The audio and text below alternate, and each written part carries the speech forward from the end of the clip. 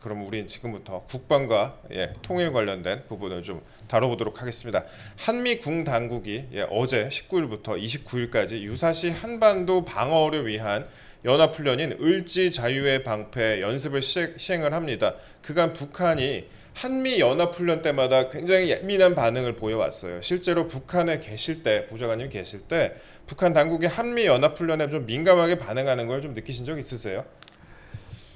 굉장히 자주 그리고 신경질적으로 반응하는 걸 느꼈죠. 근데 그게 이제 팀 스프리트 합동군사 연습이 연례적으로 진행될 때는 그렇죠. 이제 그러겠거니 하거든요. 왜냐하면 매해 진행되는 연습이 그게 아마 제 기억하기에는 92년까지 아마 매해 진행된 걸로 알고 있습니다. 근데 그때도 상당히 북한은 큰 피로감을 느꼈다고 해요. 하지만 북한 주민들이 느끼는 어떤 뭐 공포감이나 그런 건 별로 없었거든요. 하지만 이제 팀 스프리트가 끝나고 나서 그 뒤에 이제 어느 정도 그 군사훈련이 없다가 다시 부시행정부가 들어서면서 군사훈련이 재개됐거든요. 근데 그때 부시행정부가 북한을 악의 축으로 규정을 합니다. 그 Axis of Devil이라고 이제 딱 얘기를 하면서 그때 이란, 이라크, 북한을 악의 축으로 규정을 하고 가장 첫 번째 이라크가 얻어맞았잖아요. 미국한테.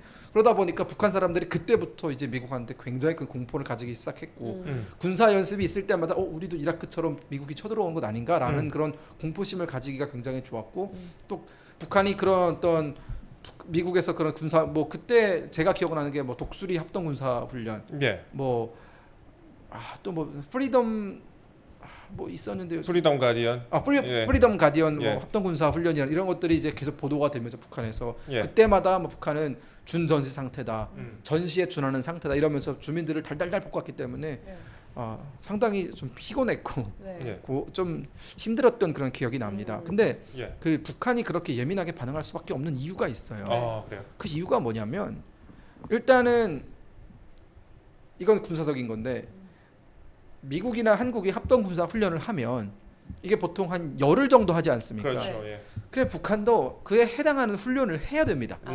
안 할 수가 없어요. 왜냐하면 아무것도 상대방이 훈련을 하고 있는데 손 놓고 있다가 정말 쳐들어오면 어떡합니까? 그렇기 때문에 대응책을 위해서 훈련을 하는데 북한은 동계 훈련과 하계 훈련이라는 게 있습니다. 군부대가 이제 하계에 한번 종합적인 그런 약간 전술 단위의 전략 단위의 훈련, 그러니까 뭐 사단 위주 사단 단위의 그런 훈련을 한번 하고 동계에 한번 그렇게 훈련을 하거든요. 이런 정례 훈련이 북한은 2번 있는데 보통 이게 이 한미 군사 훈련은 이 동계 하계 그 사이에 하거든요. 그러면 북한은 그 비슷한 훈련을 한 번 더 해야 되는 거예요. 어마어마한 물자를 소비하는 겁니다. 한국이나 미국 같은 경우에는 물자가 남아 돌기 때문에 그런 훈련을 한다고 해서 데미지가 별로 없어요. 근데 북한은 기름 뭐 이런 뭐 항공유라든가 탱크에 들어가는 뭐 기름이라든가 이런 것들이 제한적이기 때문에 한미 연합 훈련을 할 때마다 북한은 출혈을 강요당하는 느낌이거든요. 탱크를 굴려야 되고 잘 아시지 않습니까? 북한은 1년에 항공기도 몇 대 못 듭니다. 그렇죠. 훈련도 제대로 못 하는데 여기서 뭐 F-22 랩터라든가 아니면 뭐 F-16K라든가 F-15K가 날아다니기 시작하면은 북한도 그에 맞대응을 위해서 미그 21이라든가 미그 29가 동시에 떠야 돼요.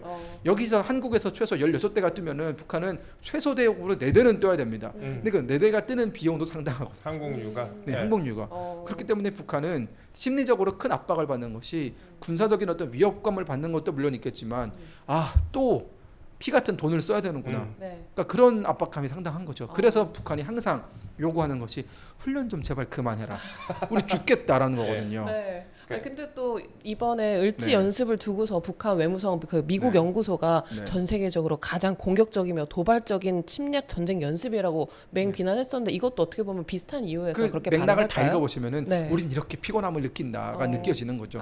그러니까 신경질적으로 반응하는 겁니다. 그러니까 우리가 보통 북한의 그 태도들을 쭉 봤을 때 북한이 가장 예민하게 반응하고 신경질적으로 반응하고 뭔가 일상의 북한의 모습과 다르게 마치 이번에 김정은이 저렇게 과하게 그 수해 현장을 찾는 것처럼 일상적인 북한의 모습과 다르면 우리가 느끼는 것은 북한은 지금 상당히 위기감을 느끼고 있거나 조급함을 느끼고 있거나 피로감을 느끼고 있구나로 받아들이시면 됩니다. 제가 예전에 공군에 있을 때 그날 비행 현황 같은 게 떠요.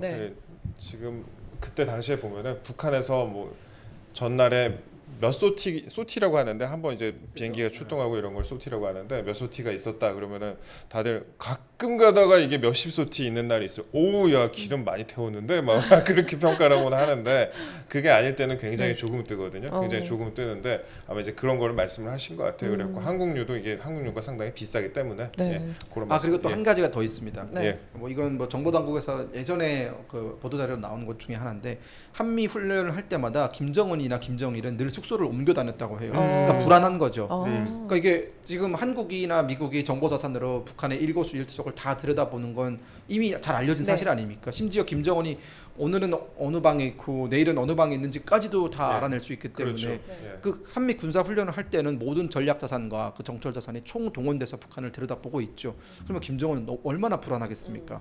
지금 자기가 자기 집무실에 앉아서 애플로 뭔가 하고 있는 것까지도 들여다보고 있는 건 아닌가라는 생각 때문에 그 공포 때문에 김정은이 불면증에 걸렸다라는 얘기가 많이 있습니다.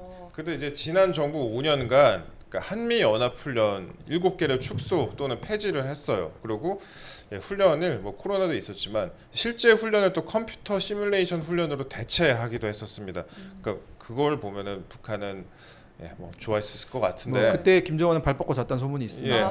북한이 근데 그에 대한 기대에 좀 부응을 했다 이렇게 보십니까? 최근에 북한은 예. 다시 질문 다시 해주세요. 북한이 예, 네. 그에 대한 기대에 좀 부응을 했을지, 그러니까 그런 식으로 훈련을 줄이게 되면 북한이 네. 뭔가 유화적인 제스처를 네, 취했다거나 네. 예, 어떻게 보시는가요? 예.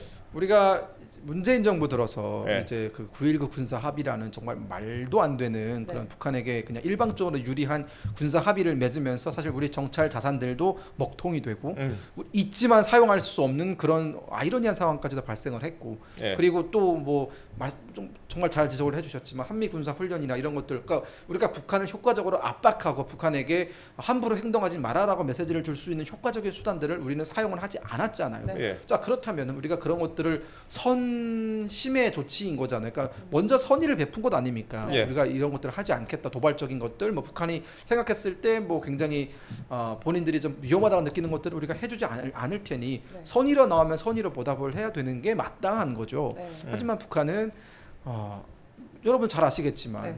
멀쩡하게 남아 있는 남북공동 연락사무소 폭파해 버리고, 그렇죠. 예. 네 그리고 우리 납북 어민 아니죠 탈북 어민들을 이제 북송시키거나 네. 그리고 우리 해수부 공무원 피살을 네. 시켰고 예. 이런 등등의 문재인 정부 내에서도 그런 북한의 군사적인 도발이 끊이지가 않았다. 그런 예. 걸 봤을 때 우리가 선의로 나온다고 해서 북한이 선의로 이에 뭐 화답을 해줄 거라는 건 굉장히 유화적인 발상이고요. 네. 북한을 너무나 모르거나 아니면 뭐 북한에게 상당히 우호적인 생각을 가지고 있는 사람들이 여전히 남아 있거나 저는 그렇게 이 두 개 중에 하나라고 봅니다. 정말 아무것도 북한에 대해서 몰라서 무능의 극치를 날리거나 아니면 정말 우리가 다시는 권력을 넘겨줘서는 안 되는 사람들이거나 이 둘 중 하나겠죠. 저는 뭐 후자에 좀 더 방점을 두고 있습니다. 당시에 뭐 어떤 정치인 같은 경우에는 연락사무소를 뭐 포로 폭파 안 한 게 어디 뭐 이런 식으로 얘기하기도 했었어요. 예, 뭐 송땡땡 뭐 이런 네. 분이시죠. 네. 그러니까 폭탄으로 한 방에 날려준 게 어디냐 네. 이런 얘기를 할 정도로 예. 참 그 인식 자체가 상당히 왜곡되고 굴절되어 있었기 때문에 당시 우리 주민들이 우리 남한 국민들이 느끼는 그 굴욕감 같은 건 전혀 해소가 안 됐거든요. 우리의 어떤 통수권자를 보고 뭐 삶은 소대가리라고 하는 데 대해서도 뭐 그냥 반응이 없고 네. 뭐 우리 기업인들이 북한을 갔는데 냉면 먹으러 왔냐라고 핀잔 주는, 아니 우리 삼성의 이재용 회장이 북한 가서 그런 취급을 받아야 됩니까 지금? 목구멍으로 넘어갑니까? 막 이런 네. 소리까지 들었는데 어디 그 깡패 같은 김영철한테 그런 얘기나 들으려고 우리가 이런 굴지의 대기업들을 만든 게 아니잖아요. 네. 근데 그런 우리 세계적인 기업인들이 북한 같은 깡패 나라에 가서 그런 취급을 받을 때 대통령이라는 사람은 눈만 끔벅끔벅거리면서 가만히 있고, 그러니까 저는 그런 것들이 상당히 비정상적이고 북한만 좋아지는 그런 꼴이었다. 네. 정말 정상으로 돌아오는 것이 정말 힘들었고 이제라도 돌아와서 다행이다라는 생각이 듭니다. 자, 마지막으로 저희가 이제 8.15 통일 독트린에 대해서 좀 여쭤볼게요. 윤석열 대통령이 며칠 전에 이제 8.15 통일 독트린을 발표를 했습니다. 북한 주민들의 자유 통일에 대한 열망을 자극해서 아래로부터의 변화를 이끌어낸다, 그런 추진 전략을 설정을 했는데요. 그런데 북한이 과거와 달리 아직 공개 반발을 하지 않고 있는 상황이에요. 그러니까 최근에 이런 침묵, 의도적인 침묵 어떻게 봐야 될지, 어떤 이유가 있다고 봐야 될지 한번 여쭤볼게요. 예. 지금 북한은 굉장히 당황스러울 겁니다. 그러니까 지금 윤석열 대통령이 발표한 8.15 통일 독트린은요. 네. 쉽게 우리 시청자분들께서 이해하기 쉽게 설명해 드리자면 자유민주주의 체제로 북한을 흡수 통일하겠다라는 것과 크게 다르지 않습니다. 그러니까 근데 지금까지 우리 정부는 항상 역대 보수 정부들은 그런 의지를 가지고 있었지만 그걸 표현하지는 않았거든요. 박근혜 정부도 그렇고 이명박 정부도 그렇고 그걸 드러내놓고 표현하지는 않았습니다. 네. 저는 그게 사실은 문제라고 봤어요. 왜냐하면 드러내놓고 표현하지 않는 이상 그렇게 되면 애매모호한 전략이 될 뿐이라는 생각이 들었는데 이번에 윤석열 정부는 너무나 선명하게 그 의지를 드러냈다라고 보고요. 그렇기 때문에 저는 그 8.15 그 대통령의 연설을 들으면서 네. 소름이 돋았습니다. 예. 이제 드디어 우리가 제대로 된 통일 정책을 갖게 되었구나라는 생각이 들었고 이게 지금 1988년에 만들어진 한민족 공동체 통일 방안이 지금까지 유지가 되어 왔었는데 그 한민족 공동체 통일 방안이 사실상 이제는 폐기되었다라고 보시면 될 것 같습니다. 예. 그 한민족 공동체 통일 방안이라는 것이 결국은 우리가 통일의 주체를 북한 주민이 아니라 북한 정부로 받기 때문에 문제가 됐었던 거거든요. 네. 그러니까 지금 윤석열 대통령이 발표한 것은 통일의 주체를 확실하게 설정을 한 겁니다. 우리 통일의 주체는 자유민주주의 체제로 편입될 북한 주민이다. 그러니까 북한 주민들의 자유롭고 그리고 인간다운 삶을 살 수 있게끔 조건을 보장해 주는 것이 바로 대한민국 정부가 추진하고 있는 자유민주 통일이다라고 밝히셨는데 그 말은 북한 주민의 인권이나 북한 주민의 자유를 위해서 한국 정부가 할 일을 하겠다라는 것이고 그러면 지금 현재 북한 주민의 자유와 인권을 억압하고 있는 정부는 북한 정권이잖아요. 네. 그럼 북한 정권에 대해서는 확실하게 선을 긋는 그런 선언이 됐다. 물론 실무자 단계에서의 뭐 회담이나 이런 것들은 가능성을 열어두었지만 저는 사실 그거는 뭐 눈 감고 아웅이나 생각이 들고요. 북한이 응하겠습니까? 지금 북한은 굉장히 당황했습니다. 지금까지 그 어떤 역대 한국 정부도 이렇게 선명하게 본인들의 의지를 드러낸 적이 없는데 이번만큼은 지금 북한이 만약 이게 대응을 하는 것이 굉장히 어려운 것이 대응을 하려면 그걸 인용하면서 대응을 해야 되는 거죠. 북한 뭐 남한의 뭐 예를 들어서 북한식 표현을 빌린다면 이른바 뭐 윤석열 대통령이라는 자가 뭐 이러이러한 통일 방법을 만들었다. 우리는 그것에 대해서 뭐 이런 식의 반대 입장이라든가 뭐 콧방귀를 낀다라고 얘기를 해야 될 텐데 그러면 그 워딩이 다 나가야 되는 거잖아요. 예. 근데 북한 주민이 봤을 때는 충격이라는 거죠. 지금 남한 정부는 북한 주민의 자유와 인권을 위해서 할 일을 하겠다라고 선포를 한 것 아닙니까? 네. 예. 근데 북한 주민이 봤을 때는 자기들의 자유와 인권에 대해서는 사실 북한 정권도 신경을 안 쓰는데 네. 남한 정부가 신경을 써주겠다라고 하면은 상당히 그것은 충격적이고 이색적이죠. 그러면 오히려 북한 주민들의 동료라든가 혹은 남한 정부를 향해서 그러면은 우리가 조금 기대할 수 있는 것 아닌가라는 그런 동향 같은 것들이 생겨날 수 있기 때문에 북한 정부 입장에서는 지금 이것을 어떻게 잘 포장을 해서 남한 정부의 그런 통일에 대한 입장이 북한 주민에게 전달되지 않으면서 거부 입장을 낼지에 대해서 아마 심각하게 고민을 하고 있을 거다. 그리고 아마 지금 제가 듣기로는 대북 방송에 이미 예. 8.15 독트린이 다 나갔다고 해요. 아, 지금- 말씀은 알겠네요. 네, 예. 그럼 이제 북한 군인들은 지금 매일 지금 듣고 있는 거죠. 네. 그 네. 통일 독트린에 대해서. 그러니까 지금 북한은 이 통일 독트린이 북한 사회 내부에 퍼지는 걸 막기 위해서 고심하고 있을 거다.